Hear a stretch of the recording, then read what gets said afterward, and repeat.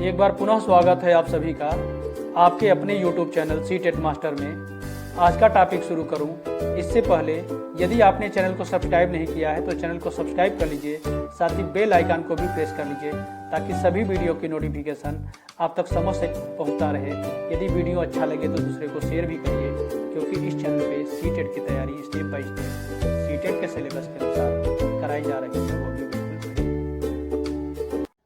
स्वागत है आप सभी का C TET master YouTube channel में। आज हम लोग हिंदी पेडागॉजी में भाषा अध्यापन के सिद्धांत के बारे में चर्चा करेंगे और ये बहुत ही इम्पॉर्टेंट टॉपिक है। यहाँ से हर बार सी टेट में प्रश्न पूछे जाते हैं। तो आइए शुरू करते हैं भाषा अध्यापन के सिद्धांत।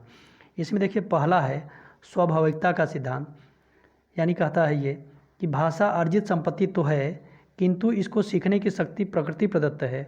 चॉम्स्की के अनुसार बच्चों में भाषा सीखने की जन्मजात क्षमता होती है।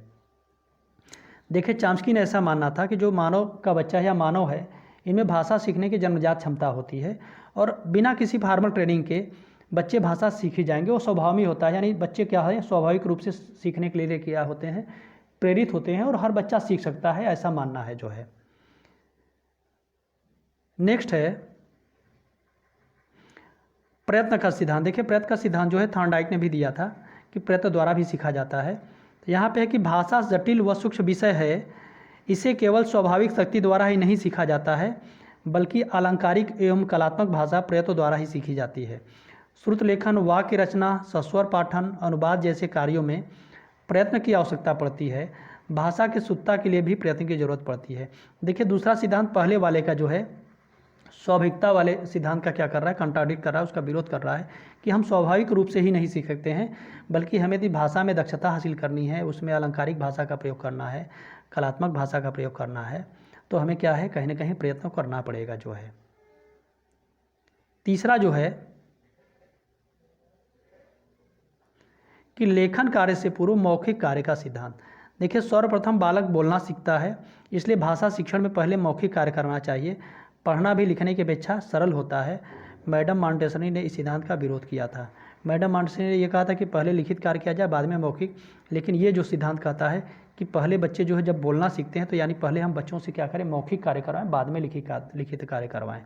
अब यहाँ से एक टॉपिक मुझे याद आता है, एक पॉइंट जो है कि सी टेट में बार बार पूछता है कि भाषा के जो 4 कौशल होते हैं, सुनना, बोलना, पढ़ना, लिखना, LSRW जिसे बोलते हैं, लिसनिंग, स्पीकिंग, रीडिंग और राइटिंग, क्या ये एक क्रम में ही सीखे जाते हैं? तो आपका जवाब ये होना चाहिए कि नहीं, ये एक क्रम में ही सीखे नहीं जाते हैं। ध्यान दीजिएगा, ये चारों कौशल जो होते हैं, सुनना, बोलना, पढ़ना, लिखना, कोई ज़रूरी नहीं है कि एक क्रम में ही सीखे जाएं, किसी भी क्रम में सीखे जा सकते हैं और एक साथ भी सीखे जा सकते हैं। और यहाँ से और प्रश्न पूछता है कि एक दूसरे से ये अंतर संबंधित होते हैं या नहीं। देखिए चारों कौशल क्या होते हैं, एक दूसरे से अंतर संबंधित होते हैं और चारों कौशल जो होता है एक दूसरे को प्रभावित करते हैं। एग्जाम्पल के लिए मैं यदि ये वीडियो बना रहा हूँ तो अभी क्या कर रहा हूँ, मैं बोल रहा हूँ, तो मैं जब बोल रहा हूँ तो कहीं ना कहीं मैं क्या कर रहा हूँ, अपनी बात को सुन भी रहा हूँ। इसी तरह जब हम कोई चीज़ लिखते हैं तो लिखते समय भी हम क्या करते हैं, मन ही मन बोलते रहते हैं। तो एक तरह से देखा जाए तो ये सभी चारों कौशल क्या है, एक दूसरे से संबंधित है। व्यक्ति पहले सुनता है तभी बोलना सीखता है जो है। यदि व्यक्ति सुनना ही न करे, यानी सुन ही ना पाए तो बोल ही नहीं पाएगा। जिसे गूंगे जिसे कहते हैं, तो गूंगे क्यों होते हैं, क्योंकि क्या होते हैं, एक्चुअल में बहरे होते हैं, वो सुन नहीं पाते इसलिए बोल नहीं पाते हैं। यानी यह देखा जाए तो चारों कौशल जो होते हैं एक दूसरे से क्या होते हैं, अंतः संबंधित होते हैं, एक दूसरे को प्रभावित करते हैं। चारों कौशलों को हम किसी भी क्रम में सीख सकते हैं, कोई निश्चित नहीं है कि हम एक क्रम में ही सीखें इसको। चारों कौशलों को किसी भी क्रम में सीखा जा सकता है एक साथ। आइए चौथा है सुनने, बोलने, पढ़ने और लिखने के सामंजस्य का सिद्धांत। भाषा संबंधी उपरोक्त चारों कौशल कौन कौन सा, सुनना, बोलना, पढ़ना, लिखना, एक दूसरे से देखिए अंतर संबंधित है। यहाँ पे आ ही गया कि एक दूसरे से क्या होते हैं, अंतर संबंधित होते हैं। जैसे यदि हम बोलते हैं तो उस समय स्वयं अपनी बात को सुनते भी रहते हैं। जैसे मैं अभी वीडियो बना रहा हूँ, आप लोगों से बोल रहा हूँ, एक तरह से बोल के रिकॉर्ड कर रहा हूँ, तो मैं उसके साथ क्या कर रहा हूँ, खुद बोल भी रहा हूँ, खुद सुन भी रहा हूँ। और लिखते समय भी हम मन ही मन बोलते रहते हैं। हम जैसे कोई चीज़ लिखते हैं तो भी क्या होता है कि हम मन ही मन बोलते रहते हैं। इसलिए कहा गया कि भाषा के ऊपर तो चारों कौशल क्या है, एक दूसरे से जो है अंतर संबंधित हैं, एक दूसरे को प्रभावित करते हैं। बशर्ते यह है कि ये चारों कौशल कोई जरूर नहीं कि एक क्रम में ही सीखे जाते हैं, किसी क्रम में भी सीखे जा सकते हैं, एक साथ भी सीखे जा सकते हैं। अब आइए स्वतंत्रता का सिद्धांत। बच्चों को जितना अधिक बेरोक टोक के मौखिक अभिव्यक्ति व भाषा अर्जन के मौके दिए जाए तो उनके भाषा कौशल में उतनी ही समृद्धि होगी या समृद्ध होगी। अब देखिए बच्चों को हमें क्या है, रोकना टोकना नहीं है। बच्चों को जितना हम बेरोक टोक अवसर देंगे उतने ही बच्चे क्या करेंगे, अपनी मन की बात को, अपनी बात को जो है हमारे सामने रखेंगे और निश्चित रूप से उनका क्या होगा, मौखिक अभिव्यक्ति बढ़ेगी। और एक CDP में भी ऐसे प्रश्न पूछता है कि एक लड़की है जो अपने घर पे कम बात करती है लेकिन विद्यालय में ज़्यादा बात करती है, उसका क्या कारण हो सकता है? तो कारण उसका यही था कि विद्यालय में उसकी भावनाओं को जो है क्या मिलती है, सम्मान मिलता है, और घर पे उसकी भावनाओं को, उसकी बातों को जो है तवज्जो नहीं मिलती, सम्मान नहीं मिलता, इसलिए घर पे बात नहीं करती है। विद्यालय में इसलिए बात करती है कि उसकी भावनाओं को लोग जो है तवज्जो देते हैं, सम्मान मिलता है या उसको सुनते हैं लोग। अब आइए छठवां जो है व्यक्तिगत भिन्नता का सिद्धांत। देखिए बच्चों में वृद्धि और विकास की दर भिन्न भिन्न होती है, ये बहुत इंपॉर्टेंट पॉइंट है। अतः उनमें संज्ञानात्मक व अन्य विकास के दर भी भिन्न भिन्न होते हैं, जो निश्चित रूप से भाषा सीखने के दर व गति को प्रभावित करती है। देखिए एक ही कक्षे के बच्चे हैं, मान लेते हैं एक ही उम्र के बच्चे हैं, लेकिन उनका संज्ञानात्मक विकास हो सकता है कि भिन्न भिन्न हो, उनको जो परिवेश घर में है वो भिन्न भिन्न हो, भाषा जो है अभिव्यक्ति के उनके जो साधन है या अभिव्यक्ति करने के मौके हैं वो उनको अलग अलग मिलते हों। किसी को घर में अच्छा माहौल मिलता हो बातचीत करने का, किसी बच्चे को नहीं मिलता हो। किसी बच्चे का है कि ग्रामीण परिवेश में उसको बाहर जो है अंतःक्रिया करने का, समाज में जो है पास पड़ोस में कम मौका मिलता हो। कोई बच्चा हो जो ज़्यादा खेलकूद करता हो, पास पड़ोस के लोग उसको तवज्जो देते हों, मतलब उसको मानते हों, तो उस बच्चे का भाषाई विकास निश्चित रूप से क्या होगा, अच्छा होगा। तो यही कहता है कि बच्चों में जो है व्यक्तिगत भिन्नता पाई जाती है। तो हमें जो है एज ए अध्यापक इन चीज़ों का ध्यान रखना है कि सभी बच्चों को हम ये मान लेते हैं कि हाँ सभी बच्चे हैं वो भिन्न भिन्न तरीक़ों से भी सीख सकते हैं, तो सबको हमें क्या करना है, ध्यान देना है। नेक्स्ट है कि बाल केंद्रितता का सिद्धांत। देखिए हम बच्चों को कोई भी पढ़ाए तो हमारे सेंटर में हमेशा क्या होना चाहिए, हमारा बच्चा होना चाहिए, न कि हम पाठ्य पुस्तक को देख के या अध्यापक केंद्र में नहीं होना चाहिए। हमारा मेन उद्देश्य होना है कि बच्चे को हमें क्या कराना है, भाषा अर्जन करवाना है, भाषा सिखाना है। तो उसके ध्यान में जो है हमारे क्या रहना चाहिए, सेंटर में बच्चा रहना चाहिए कि हम बच्चे को कैसे अधिगम कराएं, उसके लिए कौन कौन सी रणनीतियाँ बनाएं, उसकी व्यक्तिगत भिन्नताएँ क्या हैं, इस सभी चीज़ों को उसके सामाजिक रूप से, आर्थिक रूप से, मनोवैज्ञानिक रूप से, संज्ञानात्मक रूप से बच्चा कहाँ कहाँ पे क्या क्या दिक्कतें हैं, सभी को हम ध्यान में रख के जो है बच्चे के लिए शिक्षण पद्धतियाँ जो है अपनाएं। आठवां देखिए कह रहा है कि क्रियाशीलता का सिद्धांत, माने बच्चे जब क्रियाशील होंगे तभी सीखेंगे। हम बच्चों को ज़्यादा से ज़्यादा क्या करेंगे, सक्रिय अधिगम के अवसर देंगे या एक्टिव पार्टिसिपेंट बच्चों को कराएंगे। ज़्यादा से ज़्यादा बच्चे जो हैं जैसे अपने आप में जो है वार्तालाप करें, अंताक्षरी खेलें और प्रश्नोत्तरी खेलें, अध्यापक से कम्युनिकेट करें, समाज से कम्युनिकेट करें, घर पे कम्युनिकेट करें। माने बच्चे जितना क्रियाशील होंगे उतना ही अच्छी तरीके से क्या करेंगे, सीखेंगे। नौवां देखिए कह रहा है कि अभ्यास का नियम थार्डनाइट के अभ्यास का भी नियम दिया था कि जितना ही हम अभ्यास करेंगे उससे क्या हो, हमारा पुनर्बलन होगा, उतनी ही हमारी भाषा मजबूत होगी। अभ्यास करते करते देखिए होमवर्क क्यों दिया जाता है बच्चों को, क्योंकि जो पढ़ाया गया है उस पर बच्चे क्या करें, उस पर अभ्यास कर सके, रिविजन कर सके। लेकिन यहाँ ध्यान दीजिएगा कि यहाँ रिविजन अभ्यास जो है कार्य अच्छा माना जाता है। यहाँ कंठस्थीकरण जो है, रटवाना जो है अभ्यास का पार्ट नहीं है। बच्चों से हमें रटवाना नहीं कोई चीज़, ना कंठस्थ करवाना है। हाँ अभ्यास अलग चीज़ होता है, प्रैक्टिस देखिए अलग चीज़ होता है, और उसको याद कर लेना, रोट मेमोराइजेशन जिसे बोलते हैं, वो चीज़ें जो है गलत है। 10वां है प्रारंभिक अवस्था का सिद्धांत, माने शैशवावस्था, बाल्यावस्था में बच्चे सहज व सरल रूप से भाषा सीख लेते हैं, क्योंकि लगभग 5-6 वर्ष की आयु तक बच्चों में अधिकतम वृद्धि का जो है, अधिकतम बुद्धि का विकास हो जाता है। 4 वर्ष की अवस्था पे ही बच्चे का देखा जाए तो एक तरह से भाषा पे, मातृभाषा पे एक तरह से पकड़ हो जाती है। विभिन्न परिस्थितियों में, विभिन्न परिवेश में बच्चे जो है बातचीत करना भी सीख जाते हैं। और यही कहा गया कि प्रारंभिक अवस्था में यदि बच्चे को हम भाषा के सानिध्य में रखें तो बच्चे क्या करेंगे, अच्छे से भाषा सीख लेंगे, चाहे वो प्रथम लैंग्वेज की बात हो, चाहे द्वितीय लैंग्वेज की बात हो, चाहे कई भाषाओं की बात हो। यदि बच्चे को प्रारंभिक बाल्यावस्था में 2 से 14 साल, जिसको क्रिटिकल एज बोला जाता है, क्रिटिकल पीरियड बोला जाता है, उसमें भाषा का सानिध्य मिले तो बच्चे एक ही भाषा नहीं बल्कि कई भाषाएं भी सीख सकते हैं बिना किसी फॉर्मल ट्रेनिंग के। केवल कम्युनिकेशन उनको मिले, उपयुक्त जो है भाषिक परिवेश उनको मिले, बातचीत करने के मौके मिले, अभिव्यक्ति के अवसर मिले। अब नेक्स्ट है देखिए स्वयं संशोधन का सिद्धांत। भाषा सीखने में बालक स्वयं संशोधन करते चलता है। यदि शिशु रोटी को लोटी कहता है तो उसे अपनी गलती का आभास धीरे धीरे हो जाता है और वह इसमें स्वयं संशोधन कर लेता है। तब बच्चों द्वारा गलतियां करना भी सीखने का ही एक अंग है। देखिए थॉर्नडाइक में भी कहा था कि बच्चे क्या करते हैं, त्रुटि से भी सीखते हैं। ट्रायल एंड एरर मेथड जो है उन्होंने दिया था। तो बच्चों की त्रुटियों पर टोकना नहीं चाहिए, बल्कि उसे स्वयं सुधार का मौका देना चाहिए। देखिए यहाँ से जो है अप्लाइड क्वेश्चन पूछता है सीटेट में कि एक बच्चा है जो है, मान लीजिए वो रोटी को लोटी बोल रहा है, तो हम क्या करेंगे, तो हम उस पर ध्यान ही देंगे। ये प्राथमिक स्तर की भी बात हो रही है, 1 से लेकर 5 तक की, कि हम उस पर ध्यान ही नहीं देंगे, क्योंकि बच्चे स्वयं अपनी गलती को क्या करेंगे, सुधार लेंगे। और मान लीजिए कि यदि बुक पे कोई बच्चा कापी पे अपनी लिख दिया जो है रोटी को लोटी लिख दिया, तो हम क्या करेंगे वहाँ पे, ये प्रश्न भी पूछता है सीटेट में, हम क्या करेंगे, यदि बच्चे ने रोटी को लोटी लिख दिया तो उसको जो है लोटी को हम लाल घेरा बनाएंगे, उसके बगल में सही शब्द लिख के बच्चे को कापी लौटा देंगे चुपचाप, उसके बगल में हम रोटी लिख देंगे। अब बच्चा देखेगा कि यहीं ये तो रोटी होता है, हमने लोटी लिख दिया, तो धीरे धीरे अपने आप ही क्या करेगा, उसमें संशोधन कर लेगा। बस ये ध्यान दीजिएगा कि बच्चा का मतलब होता है राजा बाबू, उसे ना हमें डांटना है, ना फटकारना है, ना भगाना है, ना टोकना है, बस उसे जो है सीखने के ज़्यादा से ज़्यादा हमें क्यों है मौके देना है।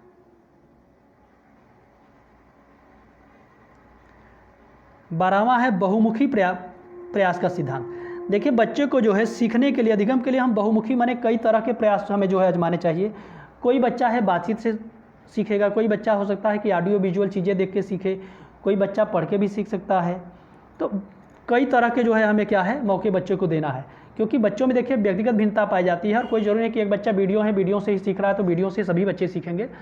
कोई बच्चे कहानी के माध्यम से सीख सकता है, कोई रोल प्ले करके सीख सकता है भाषा, कोई बातचीत करके सीख सकता है। माने कई तरीके हैं, हमें वहाँ पे क्या है, माने बहुमुखी प्रयास वहाँ पे हमें करना है बच्चों को सिखाने के लिए। एक निश्चित मानक जो है हमें वहाँ पे लागू नहीं करना है। 13वां देखिए शिक्षण सूत्रों में प्रयोग का सिद्धांत। शिक्षण सूत्रों में क्या है, प्रयोग का सिद्धांत है। अब यहाँ पे है क्या क्या प्रयोग करना है। देखिए प्रसिद्ध शिक्षा शास्त्री हर्बर्ट स्पेंसर ने शिक्षण विधि पर विचार करते समय शिक्षण प्रक्रिया के विश्लेषण के आधार पर कुछ सामान्य शिक्षण सूत्रों की रचना की, जिनमें से कुछ का प्रयोग भाषा शिक्षण में किया जा सकता है, जो निम्नलिखित हैं। भाषा शिक्षण में हम कौन कौन सी विधियां देखिए करेंगे कि पहले है कि मूर्त से अमूर्त की ओर ले जाएंगे। पहले बच्चों को प्रत्यक्ष रूप से कोई चीज़ दिखाएंगे, प्रत्यक्ष रूप से कम्युनिकेट करेंगे, बाद में बच्चे जो है अप्रत्यक्ष रूप से सीखेंगे और बच्चे जो है क्या करेंगे, विचार कल्पनाशीलता उसमें लाएंगे, तो बच्चे स्वयं ही जो है धीरे धीरे भाषा का प्रयोग करना सीख जाएंगे। बी है ज्ञात से अज्ञात की ओर। देखिए पहले ज्ञात चीज़ों पे हम बच्चों को ध्यान करवाएंगे, उसके बाद धीरे धीरे सीखते सीखते बच्चे क्या करेंगे, अज्ञात की तरफ जाएंगे। माने पहले मूर्त चीज़ें बच्चे सीखेंगे, बाद में अमूर्त चीज़ें। यही पियाजे ने भी दिया था कि यह विकास जो है बच्चों का अवस्थाओं में होता है, तो पहले मूर्त अवस्था आएगी, उसके बाद तो आएगी अमूर्त अवस्था। और सरल से कठिन की ओर पढ़ाएंगे। पहले सरल छोटे छोटे शब्दों को बच्चों को सिखाएं जो उनके परिवेश से मेल रखती हों, उनके आसपास से मेल रखती हों, और धीरे धीरे कठिन शब्दों की तरफ बच्चों को ले जाएंगे। और पूर्ण से अंश शिक्षण देखिए उसको बोलते हैं। पूर्ण से अंश शिक्षण में क्या होता है कि पहले बच्चे को हम क्या करेंगे, पूरा का पूरा एक वाक्य दे देंगे और वहाँ पे फिर उसको जो है छोटे छोटे पार्ट में करके हम पढ़ाएंगे। इसको कहते हैं पूर्ण से अंश की ओर शिक्षण। पहले मान लीजिए कि एक हमें आहार नाल के बारे में बताना है, सपोज करें विज्ञान की बात हो जाए, तो पूरा का पूरा पहले हम आहार नाल का पूरा डायग्राम बच्चों को दे देंगे और फिर बाद में एक एक पार्ट को जो है बच्चों को पढ़ाएंगे। ये जो है अच्छी शिक्षण विधि मानी जाती है बच्चों के लिए जो है। अब जैसे हमें कोई ट्रांसलेशन करवाना है तो पहले हम पूरा का पूरा एक वाक्य देंगे और वहाँ से जो है उसे बच्चे से निकलवाएंगे कि इसमें जो है कर्ता क्या है, उसमें क्रिया क्या है, ऑक्सिलरी वर्ब क्या है, ऑब्जेक्ट क्या है। ये ज़्यादा अच्छा माना जाता है। और देखिए क्या है कि विश्लेषण से संश्लेषण की ओर ले जाएंगे। विश्लेषण विधि में क्या होता है कि हम किसी चीज़ के छोटे छोटे पार्ट को करके पढ़ते हैं, और संश्लेषण में होता है कि सभी को फिर एक साथ हम क्या करते हैं, समाहित कर लेते हैं। ये सिद्धांत यही कहता है कि पहले हम क्या करेंगे, किसी वाक्य को छोटे छोटे टुकड़ों में करके पढ़ेंगे, बाद में जो है हम एक साथ उसको जोड़ के पढ़ना सीखेंगे। विशेष से सामान्य की तरफ पहले स्पेशल चीज़ें बच्चों को विशेष लाएंगे, उसके बाद उसका सामान्यीकरण बच्चों को सिखवाएंगे हम। पहले एक वाक्य हमने दे दिया, बाद में उसका सामान्यीकरण करवाएंगे कि हाँ ये वाक्य कौन सा टेंस है, इसमें कौन सा जो है क्रिया का प्रयोग हुआ, ये सारी चीज़ें जो है बाद में करवाएंगे। देखिए मनोवैज्ञानिक से तार्किक की ओर। पहले हम बच्चों को मनोविज्ञान को समझेंगे कि बच्चे क्या चाहते हैं, उनको मनोदशा को समझेंगे, फिर उस पर पढ़ाएंगे। उसके बाद बच्चों को हम जो है तर्कशीलता में जो है वृद्धि करेंगे ताकि उस पर बच्चे आगे चल के तर्क कर लें। और देखिए आगमन से निगमन की ओर कह रहा है। आगमन विधि और निगमन विधि आगे अभी पढ़ेंगे हम लोग भाषा शिक्षण में जो है। तो आगमन से निगमन की तरफ भी होता है, और ये माना जाता है कि बच्चों को जो व्याकरण शिक्षण है उसके लिए सबसे अच्छी विधि जो है मानी जाती है आगमन विधि। आगमन के बारे में मैंने बताया था कि आगमन क्या होता है। यह जो है मूर्त से अमूर्त की ओर चलता है और विशिष्ट से सामान्य की तरफ चलता है, या उदाहरण से नियम की तरफ चलता है। अब आते हैं भाषा शिक्षण के, देखिए तरीके क्या है। पहला इसमें आ गया व्याकरण अनुवाद विधि यानी ग्रामर ट्रांसलेशन मेथड। लक्ष्य भाषा सीखने के लिए सुनने और बोलने पर ज़्यादा ध्यान देना चाहिए। लक्ष्य भाषा की बात हो रही है, यानी यहाँ पे लक्ष्य भाषा हमारा हो सकता है मातृभाषा का छोड़ दीजिए तो बाकी कोई भी भाषा, सपोज करिए इंग्लिश ही हो गई, तो उस पर हमारा ध्यान क्या होना चाहिए, सुनने और बोलने पे होना चाहिए। लेकिन होता क्या अभी तक आया है कि पढ़ने और लिखने पे ज़्यादा ध्यान होता है। आपने अंग्रेजी पढ़ा होगा तो ज़्यादातर इसमें क्या होता है, सुनने बोलने पे ध्यान कम दिया जाता है, केवल आपको ग्रामर के नियम पढ़ाए जाते हैं, यानी केवल जो है लिखने पढ़ने पे ध्यान दिया जाता है, जो कि गलत है। हमें ज़्यादा ध्यान देना चाहिए सुनने और बोलने पे। सुनने और बोलने पे जब मौके दिए जाते हैं तो बच्चे देखे होंगे कि मातृभाषा बड़े आसानी से जो है बिना किसी फॉर्मल ट्रेनिंग के सीख जाते हैं, तो हम भी दूसरी भाषा भी आसानी से सीख सकते हैं। यहाँ पे है कि प्राथमिक स्तर पर बच्चों को भाषा सिखाने का मुख्य उद्देश्य उनमें अभिव्यक्ति और संप्रेषण कौशलों का विकास करना होना चाहिए। देखिए प्राथमिक स्तर पे ये हमारा उद्देश्य होना चाहिए कि बच्चे क्या करें, ज़्यादा से ज़्यादा उसमें जो है अभिव्यक्ति कौशल का और संप्रेषण कौशल का विकास हो। बच्चे अपनी मन की बात को जो है ज़्यादा से ज़्यादा कह लें। बच्चे विभिन्न परिवेश में बोलना सीख जाएं। कोई घटना उनके सामने हुई तो उसका जो है वो क्या करें, वर्णन कर सकें। ये है बच्चों का जो है प्राथमिक स्तर का उद्देश्य, न कि व्याकरण के नियम सिद्धांत बताना रटवाना। देखिए व्याकरण के नियम बच्चों को नहीं बंटवाना है, सिद्धांत नहीं बताना है, रटवाना नहीं बच्चों को। ये हमेशा जो है सीटेट इसका विरोध करता है, बल्कि सीटेट का हमारी एनसीएफ राष्ट्रीय परिचर्या जो है इसी का विरोध करती है। अब यह है कि अतः प्राथमिक स्तर पर बच्चों को व्यावहारिक विधि या भाषा संसर्ग विधि से व्याकरण की जानकारी देनी चाहिए। व्यावहारिक विधि में देखिए हो कि नेचुरली बच्चे सीखेंगे, एक दूसरे से बातचीत करते हुए बच्चे क्या कर लेंगे, सीख लेंगे। अब भाषा संसर्ग में क्या होता है कि भाषा के जो है उनको अधिक से अधिक बोलने चालने के यदि मौके हम दे दें या तो उससे भी बच्चे क्या करेंगे, अनुकरण द्वारा भी भाषा सीख सकते हैं। जबकि देखिए यहाँ पे आ गया कि उच्च प्राथमिक स्तर पर बच्चों को भाषा के व्याकरण संबंधी ज्ञान देना आवश्यक होता है। देखिए प्राथमिक में व्याकरण की जानकारी हम नहीं देंगे, लेकिन उच्च प्राथमिक में हम बच्चों को क्या करेंगे, व्याकरण की जानकारी देंगे, ताकि बच्चे भाषा के शुद्ध रूप को लिख पढ़ और बोल सके। देखिए यही होता है अंतर जो है प्राथमिक और उच्च प्राथमिक। लोग कहते हैं कि सब जो है प्राथमिक का जो है पेडागाजी और उच्च प्राथमिक का क्या अंतर, कोई अंतर नहीं होता है। बस यही होता है कि प्राथमिक स्तर पे हमको बस केवल ध्यान देना है कि बच्चे अभिव्यक्ति कर ले, संप्रेषण कर ले, बातचीत कर ले, बस यही बहुत है। उनके गलतियों पे हमें टोकना नहीं है। और उच्च प्राथमिक में क्या होता है कि बच्चे जो है वहाँ पे क्या करें, भाषा के शुद्ध रूप को लिख सकें, पढ़ सकें, बोल सकें, अलंकारिक भाषा का प्रयोग कर सकें, मुहावरों का प्रयोग कर सकें। तो यही हो जाता है। इसलिए व्याकरण जो है शिक्षण के लिए आगमन विधि जो है या विश्लेषण विधि का प्रयोग होना चाहिए। ये पूछता भी है, ये सीटेट में बार बार पूछा हुआ है कि ग्रामर शिक्षण के लिए कौन सी अच्छी विधि मानी जाएगी, वो है आगमन विधि। ध्यान दीजिएगा उच्च प्राथमिक स्तर पे आगमन विधि। अब यहाँ पे प्रत्यक्ष विधि यानी डायरेक्ट मेथड क्या होता है, इसमें बोलने की शुद्धता पे बहुत जोर दिया जाता है। विद्यार्थी अध्यापक के पीछे बार बार एक ही वाक्य को दोहराता है और उसी अध्यापक की तरह बोलने की कोशिश करता है। देखिए डायरेक्ट मेथड यही होता है कि इसमें केवल एक ही जो है भाषा का प्रयोग किया जाता है। ध्यान दीजिएगा, अब जैसे इंग्लिश है तो अध्यापक इंग्लिश में कोई वाक्य बोलेगा और बच्चे उसी के पीछे पीछे बार बार क्या करेंगे, दोहराएंगे। इसको डायरेक्ट मेथड कहते हैं। ध्यान दीजिएगा, इसमें केवल एक ही भाषा का प्रयोग किया जाता है। दूसरा जो है श्रवण भाषण विधि, इसको ऑडियो लिंगुअल मेथड कहते हैं। इस विधि में टेप रिकॉर्डर के माध्यम से भाषा संवाद को सीखा जाता है। देखिए सैन्य विधि भी इसको मानी जाती है। सेना में देखे होंगे कि आप जो है उसमें सैनिकों को जो है भाषा सिखाने के लिए इस विधि का जो है प्रयोग किया जाता है। ऑडियो लिंगुअल मेथड उसको बोलते हैं। माने टेप रिकॉर्डर के माध्यम से वो टेप रिकॉर्डर बोलेगा, हम उसके पीछे पीछे क्या करते हैं, हम भी वैसे दोहराते जाते हैं। नेक्स्ट है संप्रेषणात्मक विधि से कम्युनिकेटिव मेथड कहते हैं। इस तरह के सीखने में पाठ कुछ ऐसे होते हैं जैसे रेलवे स्टेशन पे, डॉक्टर के यहाँ, नौकरी के लिए साक्षात्कार आदि। इसमें क्या होता है कि इसमें पाठ होते हैं कि मान लीजिए आप किसी होटल पे जाते हैं तो होटल में आप कैसे बोलेंगे। आप किसी स्टेशन पे जाते हैं तो वहाँ मानिए कम्युनिकेटिव बातचीत का जो है वो पूरा का पूरा जो है पाठ ही होता है।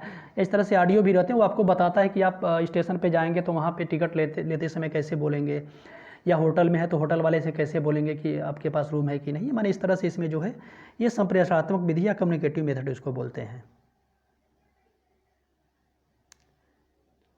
अब है स्वाभाविक तरीका, नेचुरल अप्रोच क्यों है। भाषा सीखने के लिए के केंद्र बिंदु में विद्यार्थी होना चाहिए। चूँकि बच्चों में भाषा सीखने की जन्मजात व स्वाभाविक क्षमता होती है, इसलिए बच्चों को भाषा सीखने का माहौल चिंता मुक्त, पठन सामग्री उसके स्तर की तथा उसके लिए रोचकपूर्ण और चुनौतीपूर्ण हो। देखिए ये बार बार यहाँ से भी सीटेट में पूछता है कि बच्चों को जो है किस स्तर का, माने बच्चे के स्तर का भी हमें ध्यान देना है कि बच्चा किस एज ग्रुप का है, बच्चे का संज्ञानात्मक विकास किस अवस्था में चल रहा है, उसी के आधार पे हम उसको यदि पाठ सामग्री दें तो बच्चा सीखेगा। ऐसा नहीं कि बच्चा है मूर्त संक्रियावस्था वाला, हम उसको दे दें अमूर्त संक्रियावस्था वाली चीज़ें जो है तो बच्चा नहीं सीख पाएगा। और बच्चे के लिए रोचकपूर्ण भी हो। देखिए रोचकता का भी छोटे बच्चों में हमें ध्यान देना है, खासतौर पर यानी पुस्तकें बच्चों की कैसी रहनी चाहिए, रंगीन रहनी चाहिए। और बाल साहित्य देखिए यहाँ पे चाइल्ड लिटरेचर बहुत इंपॉर्टेंट चीज़ है कि बच्चों को जो है विभिन्न जो है बाल साहित्य उपलब्ध करवाने चाहिए, या जो कहते हैं भाषा के विभिन्न रंगतें, ये बहुत इंपॉर्टेंट पॉइंट है। भाषा के विभिन्न रंगतें या बाल साहित्य या चाइल्ड लिटरेचर, ये बहुत जो है भाषा बच्चों के जो है भाषा विकास के लिए बहुत ज़रूरी होता है। यहाँ तक कि पाठ्य पुस्तकों से अलावा जो है देखा जाए तो बहुत इंपॉर्टेंट है ये सब चीज़ें।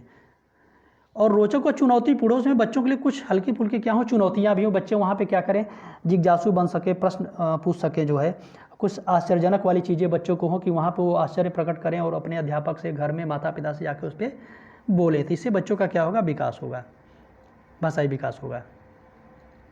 बस अभी के लिए इतना ही, बहुत बहुत धन्यवाद। नेक्स्ट वीडियो में हम लोग मिलेंगे व्याकरण शिक्षण पे, उसकी भी कुछ विधियाँ हैं जो हैं। देखिए विधि और अप्रोच जो है दोनों बार बार पूछता है यहाँ पे। विधि थोड़ा सा अलग होता है, अप्रोच अलग होता है। अप्रोच का मतलब उपागम होता है कि बच्चे को हम किन किन तरीक़ों से, किन किन जो है से हम क्या क्या तरीके अपनाएं कि बच्चे सीख सकें। और विधि होता है वो होता है कि बच्चों को किस विधि से हम पढ़ाएं, थोड़ा सा अंतर होता है। अप्रोच माने उपागम कहते हैं और विधि जो होता है अलग होता है। तो बहुत बहुत धन्यवाद आप लोगों का। वीडियो अच्छा लगे